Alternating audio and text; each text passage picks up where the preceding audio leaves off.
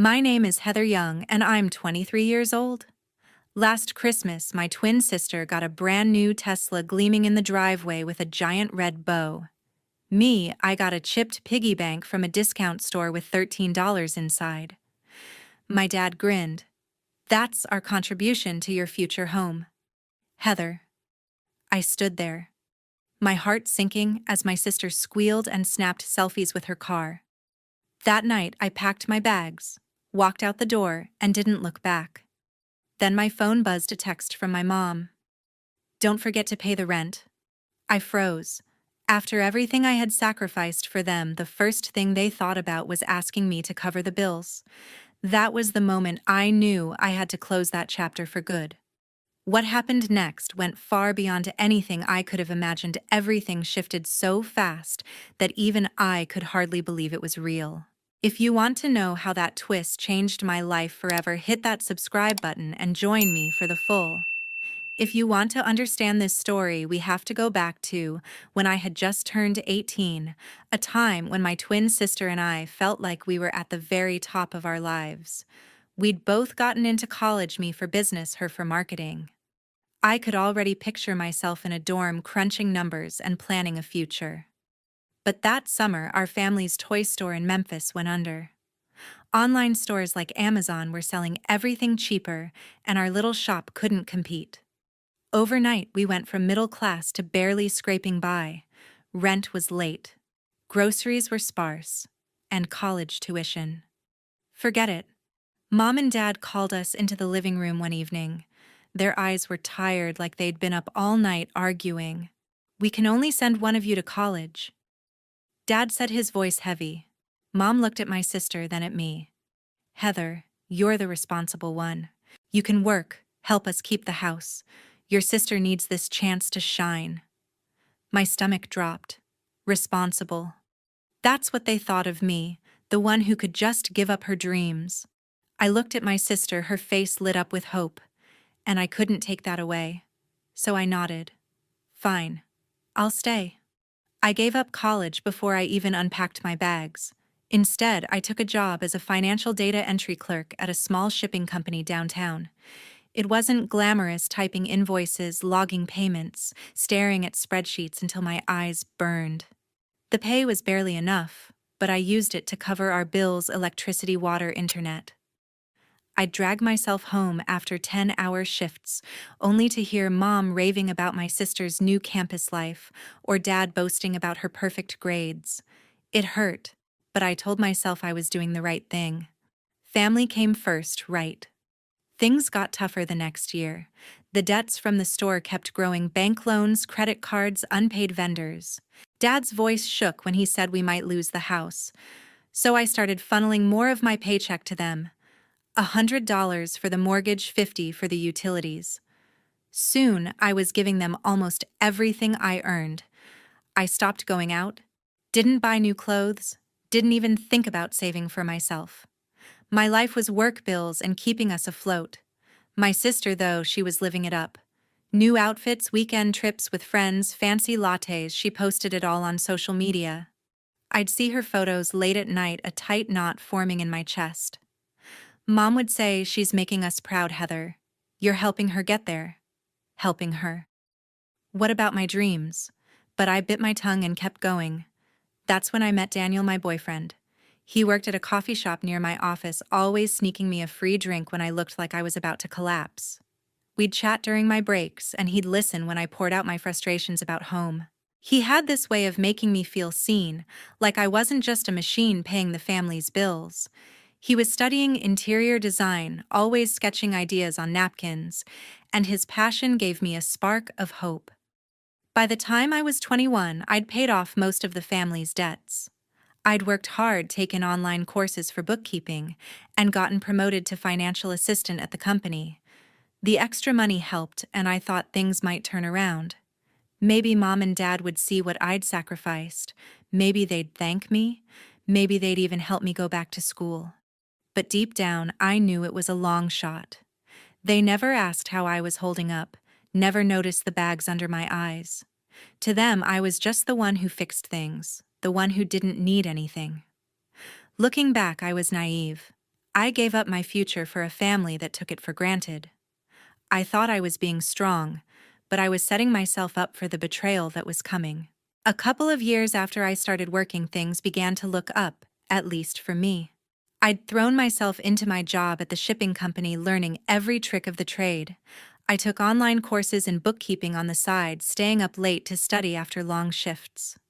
My hard work paid off when I got promoted to financial assistant by my early 20s. The raise wasn't huge, but it felt like a lifeline. I was proud, thinking maybe now my family would see what I was capable of.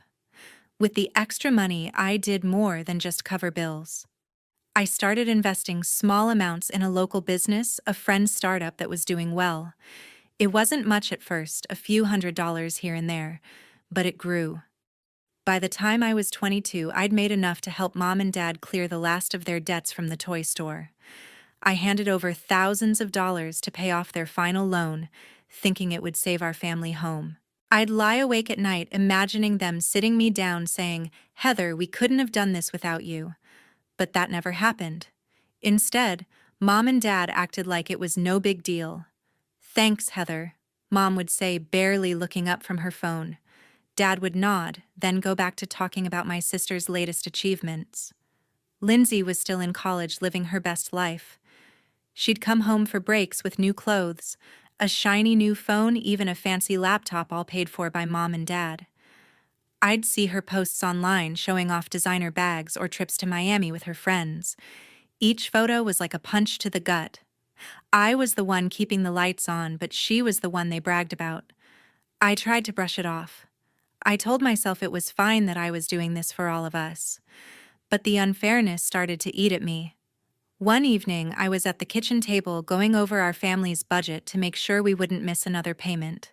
Mom walked in, saw me with my spreadsheets, and said, "Oh, Heather, you're so good at this stuff. Can you send Lindsay some extra cash? She needs it for a new outfit for her internship interview." I stared at her, waiting for a please, or even a thank you for everything I'd done. Nothing. Just a smile, like it was my job to keep funding Lindsay's life. Dad was no better. He'd come home from his new job at a hardware store and talk endlessly about Lindsay's marketing projects or how she was destined for greatness. Once I tried to share my own news, I'd gotten a bonus at work for catching a major error in the company's accounts. I thought maybe he'd be proud, but he just said, "That's nice, Heather. Did you hear Lindsay got picked for a study abroad program?" My heart sank. It was like I was invisible unless they needed money. Daniel, my boyfriend, saw it all. We'd been together for a while by then, and he'd become my rock. He was still working at the coffee shop, but had started taking on freelance interior design projects, sketching beautiful spaces that made me dream of something bigger. One night, over cheap takeout at his apartment, I vented about how my family treated me. "Heather," he said, his eyes serious, "you're killing yourself for them, and they don't even see it. You deserve better." His words hit hard, but I wasn't ready to admit he was right. I still believed things could change. I started hoping the holidays would be different. Christmas was coming up, and I thought maybe mom and dad would show some gratitude. I'd given up my education, my social life, everything to pull our family out of debt. I'd even started putting money into a joint account with them, thinking we could rebuild together. Surely they'd see that. Surely they'd do something to make me feel valued. I wasn't asking for much, just a sign that I mattered as much as Lindsay did. But deep down, a part of me knew I was hoping for too much. Every time I walked into the house, I felt like the help, not their daughter. Mom would ask for money for emergencies that always seemed to involve Lindsay's wants. Dad would pat my shoulder and say, "You're our rock, Heather," but it felt hollow. I'd go to bed exhausted, wondering if this was all my life would ever be, working, giving, and getting nothing back. That Christmas, I walked into our Memphis home with a flicker of hope. The house was decked out, twinkling lights, a towering tree, the smell of Mom's cinnamon rolls filling the air. For once, I thought maybe my family would show they appreciated me. I'd spent years keeping us afloat, pulling us out of debt, and I wasn't asking for much, just a sign that I mattered. But what happened that day shattered any illusions I had left. The living room was packed with relatives, everyone buzzing with holiday cheer. Lindsay was the center of attention as usual, laughing and showing off her new phone. I sat quietly sipping hot cocoa waiting for the gift exchange. Mom and Dad always made a big show of it, handing out presents with dramatic flair. I watched as Lindsay tore into her first gift, a designer purse from Mom. She squealed, hugging Mom like she'd just won the lottery. "You guys are the best," she gushed. I forced a smile, telling myself it was fine. My turn would come. Then Dad called Lindsay outside, a mischievous grin on his face. "We've got something special for you," he said. Everyone followed, crowding onto the porch. There in the driveway was a sleek silver Tesla wrapped in a giant red bow. The crowd erupted in cheers. Lindsay screamed, jumping up and down, already pulling out her phone to snap selfies with the car. "Oh my gosh, a Tesla! You guys are insane!" she shouted, climbing into the driver's seat. Mom beamed, saying, "You deserve it, honey. You're our star." Dad nodded, clapping her on the back like she'd just graduated with honors. I stood frozen on the porch, my heart pounding in my ears. A Tesla, that car cost more than my entire year's salary. I'd been pouring every dime into our family, and they'd spent a fortune on Lindsay. My hands shook as I gripped my mug, trying to keep it together. Then Mom turned to me, holding out a small, poorly wrapped box. "Here, Heather," she said, her voice casual like an afterthought. I opened it. My fingers numb. Inside was a chipped ceramic piggy bank, the kind you'd find at a dollar store, with 13 crumpled dollar bills stuffed inside. The room went quiet, a few cousins exchanging awkward glances. Dad chuckled, breaking the silence. "That's our contribution to your future home, Heather. Gotta start somewhere, right?" His words hit like a slap. Contribution. I'd paid off their debts, kept the house running, and this was my reward. A cheap trinket and a mocking joke. Lindsay didn't even look up from her phone, too busy posting about her Tesla. I forced a tight smile, muttering thanks, but inside I was crumbling. Later that evening, after the guests left, I sat alone in the kitchen staring at the piggy bank. Something didn't add up. How could Mom and Dad afford a Tesla? Dad's job at the hardware store barely covered groceries, and Mom wasn't working. My mind raced, and a sick feeling settled in my stomach. I grabbed my laptop and logged into the joint account I'd set up with them, the one I'd been putting my investment earnings into, thinking we were rebuilding together. My breath caught as I scrolled through the transactions. A massive withdrawal, nearly $30,000, had been made a week ago, transferred to a car dealership.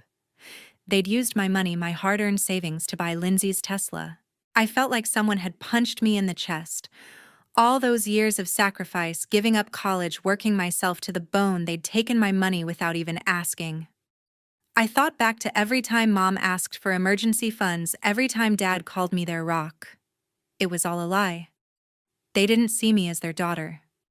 They saw me as a bank account. Lindsay's voice echoed from the living room, laughing about her new car, and it took everything in me not to storm in there and scream. I called Daniel, my hands trembling as I told him what I'd found. "They used my money, Daniel," I choked out. "Everything I worked for, they gave it to her." His voice was steady, calming me down. "Heather, you don't deserve this. You need to confront them." I knew he was right, but the thought of facing Mom and Dad made my stomach churn. I'd spent so long trying to hold our family together, but now I saw the truth: they'd never valued me. That night, I lay awake, the piggy bank sitting on my nightstand like a cruel reminder. My hope for a fair Christmas had been naive. I wasn't just hurt, I was done. Done being their ATM, done pretending everything was okay. I didn't know how I'd do it, but I knew one thing for sure: I couldn't stay in that house anymore. Something had to change, and it was going to start with me. A week after Christmas, I couldn't shake the betrayal. Finding out Mom and Dad had taken $30,000 of my savings to buy Lindsay a Tesla left me raw, like someone had ripped my heart out. I'd been living in their house, pouring every dime into keeping us afloat, and they'd used me like a bank. Daniel kept pushing me to stand up for myself, and I knew he was right. I couldn't keep swallowing their lies. When Mom announced a family dinner to ring in the new year, I decided it was time. I wasn't just going to confront them, I was going to make sure everyone saw who they really were. That night, our Memphis home was alive with relatives. The dining room was crowded plates piled with fried chicken and mashed potatoes, voices overlapping in cheerful chaos. Lindsay held court in the corner, bragging about her Tesla, her phone lighting up with likes on her latest posts. I moved through the room like a ghost, setting out napkins, my hands trembling with what I was about to do. Every time Mom smiled at me or Dad said, "Thanks, Heather," it felt like a knife twisting deeper. We sat down to eat, and I waited, my pulse hammering in my ears. The conversation flowed, cousins joking aunts, swapping gossip until there was a pause. I pushed my chair back, the screech, cutting through the noise. Everyone turned to me, forks hovering. My throat tightened, but I forced the words out. "I need to talk," I said, my voice louder than I expected. "For years, I've given up everything for this family. I skipped college so Lindsay could go. I worked myself ragged to pay off your debts, Mom, Dad. I put my savings into our joint account thinking we were in this together. But you stole $30,000 of my money to buy Lindsay a Tesla." I gestured toward the driveway where her car gleamed under the streetlight. The room went still, like the air had been sucked out. Mom's face flushed, her eyes darting to the relatives. "Heather, stop this nonsense." She snapped, her voice sharp. Dad coughed, staring at his plate. "You're making a big deal out of nothing," he mumbled. Lindsay scoffed, crossing her arms. "Seriously, Heather, you're so dramatic." "Get over yourself," she said, her tone dripping with disdain. I laughed, a cold, bitter sound. "Dramatic? Carol, Robert, you've treated me like a cash machine for years. I paid your bills, your loans, and you gave me a chipped piggy bank as a joke. Lindsay, you got a free ride to college and a Tesla, all with my money. And you act like I owe you." I held up the bank statement. I'd printed the proof, glaring in black and white. $30,000 gone to a car dealership. You didn't even ask. Gasps rippled through the table. My uncle leaned forward, his brow furrowed. "Carol, is this true?" he asked. Mom stammered, her hands shaking. It's family money." "We thought it was okay." Dad raised his voice, his face red. "Heather, you're blowing this out of proportion. Lindsay earned that car with her hard work." "Her hard work?" I shouted, my voice breaking. "I gave up my dreams for you. I lived here, worked myself to death, and you stole from me. I'm done. Done paying your bills, done cleaning up your messes. As of tonight, I'm out." I turned to Lindsay, her glare burning into me. "And you're on your own. Good luck with that Tesla without my cash." The room erupted. Mom burst into tears, clutching her napkin. "Heather, how could you humiliate us?" she sobbed. Dad stood, pointing at me. "You're ungrateful after everything we've done?" Lindsay shoved her chair back and stormed out the front door, slamming behind her. Relatives whispered, some looking shocked, others uncomfortable. I didn't care. For the first time in years, I felt like I was breathing. I marched to my room in their house where I'd spent years sacrificing, and started packing. I threw clothes, my laptop, a few photos into a suitcase, my hands moving on autopilot. Mom followed, her voice desperate. "Heather, please, we're family. Don't do this," she begged. I zipped my bag and faced her. "Carol, you stopped being my family when you chose Lindsay over me. I'm done." I pushed past her, ignoring her sobs. Dad was at the bottom of the stairs, his arms crossed. "If you leave, don't think you can come back," he said coldly. I met his eyes. "Robert, I won't need to. I'm done carrying you." I walked out the front door, the cold January air hitting my face, my heart pounding but steady. I drove to Daniel's apartment, my suitcase in the back seat. He was waiting, pulling me into a tight hug the moment I stepped inside. "You were so brave," he whispered. I sank into him, tears finally spilling over. "I don't know what's next," I admitted. He smiled, brushing my hair back. "We'll figure it out together." That night, I slept on his couch, exhausted but free. The next day, I logged into the joint account one last time. I transferred my remaining savings to my personal account, then closed the joint one for good. I blocked Mom, Dad, and Lindsay's numbers, cutting off their endless demands. For the first time in my life, I felt like I was finally my own person, ready to start over. In the weeks that followed my walkout, I felt like I was breathing for the first time in years. Living with Daniel in his small Memphis apartment was a fresh start, a chance to figure out who I was without the weight of my family's demands.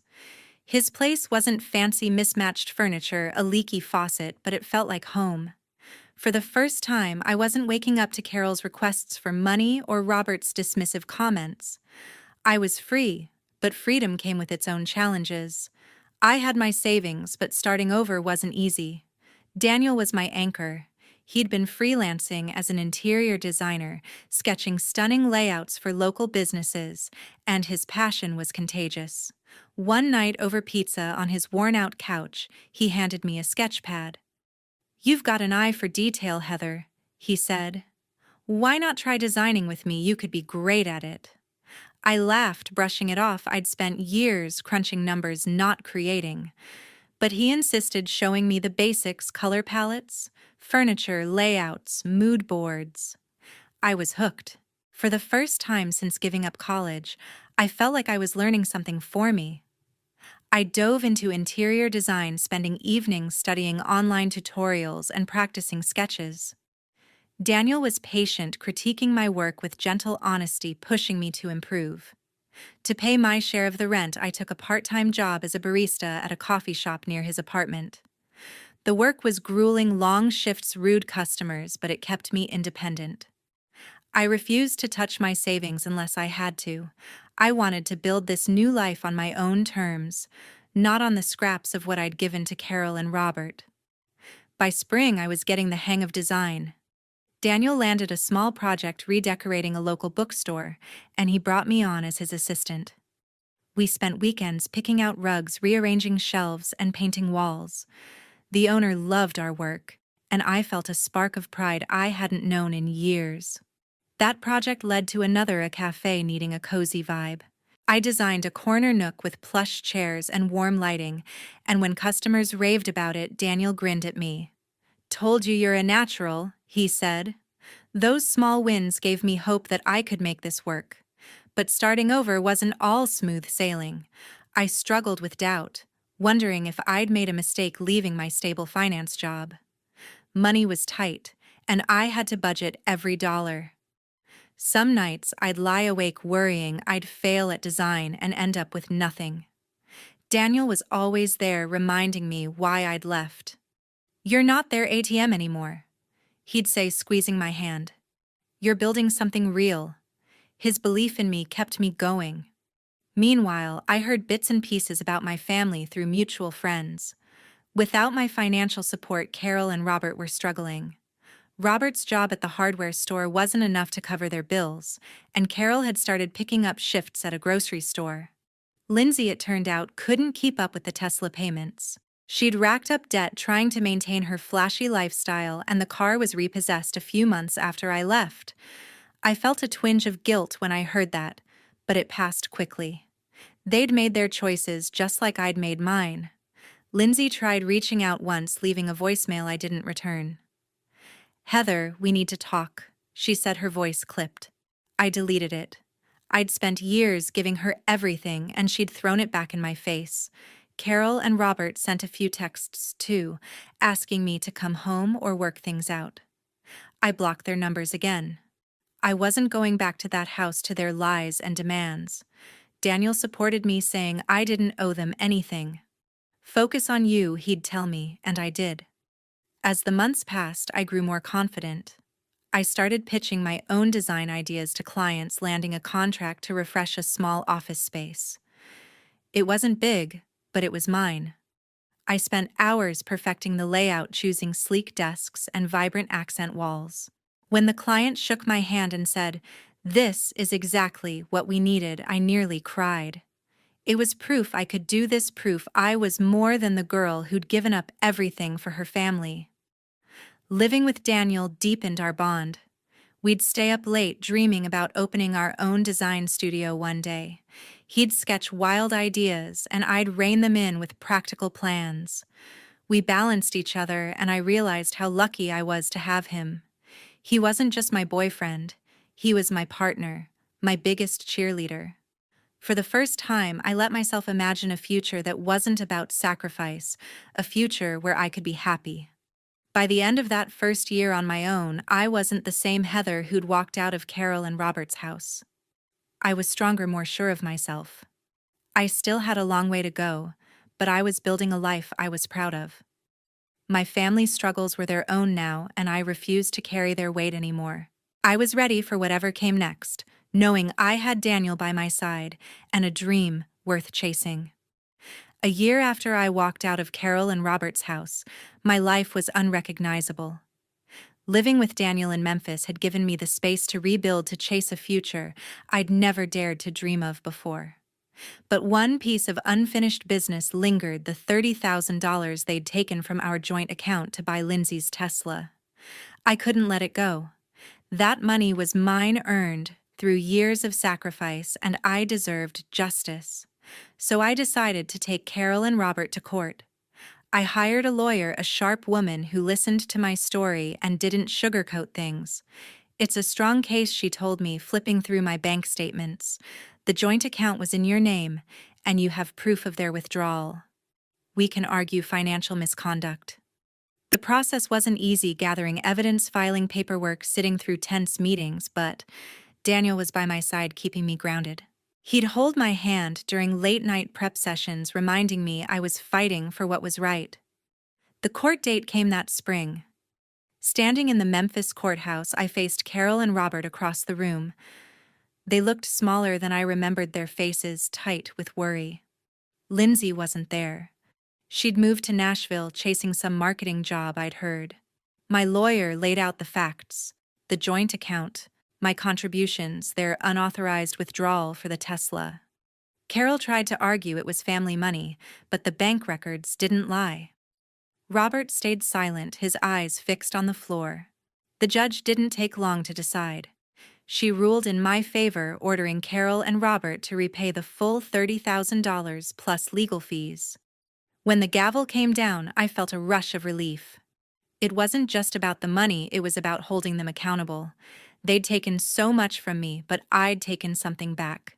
The repayment came in installments, slow at first because Carol and Robert were struggling. Without my support, their finances had crumbled. Robert was still at the hardware store, barely making ends meet, and Carol's grocery store job wasn't enough. I heard through a cousin that Lindsay's Tesla was long gone, repossessed, when she couldn't keep up with the payments. Part of me felt a pang of sadness for their mess, but I'd learned my lesson: their problems weren't mine anymore. With the lawsuit behind me, I threw myself into my new life. My interior design work was taking off. After those first small projects with Daniel, the bookstore, the cafe, I landed a bigger contract redesigning a local boutique hotel. I poured my heart into it, choosing soft linens, warm wood tones, and elegant lighting that made the space feel alive. When the hotel owner praised my work at the grand opening, I stood taller, feeling like I'd finally found my place. Daniel and I started talking about launching our own design studio, a dream that felt closer every day. That summer, Daniel proposed. It wasn't a grand gesture, just the two of us on his apartment balcony, the Memphis skyline glowing in the distance. He pulled out a simple silver ring, his hand shaking a little. "Heather, you're my everything," he said. "Let's build our future together." I said yes before he could finish, tears streaming down my face. We planned a small wedding, just close friends and a few of Daniel's relatives. I didn't invite Carol, Robert, or Lindsay. They weren't part of my life anymore, and I was okay with that. The wedding was perfect, a sunny afternoon in a local garden with wildflowers and fairy lights. I wore a simple white dress, and Daniel looked at me like I was the only person in the world. As we exchanged vows, I promised to love him, to trust him, and to never let anyone take advantage of me again. When we kissed, our friends cheered, and I felt a joy I'd never known. For the first time, I wasn't defined by what I'd given up, but by what I'd built. Now looking back, I see how far I've come. Carol and Robert are still in Memphis scraping by, but I don't keep tabs on them.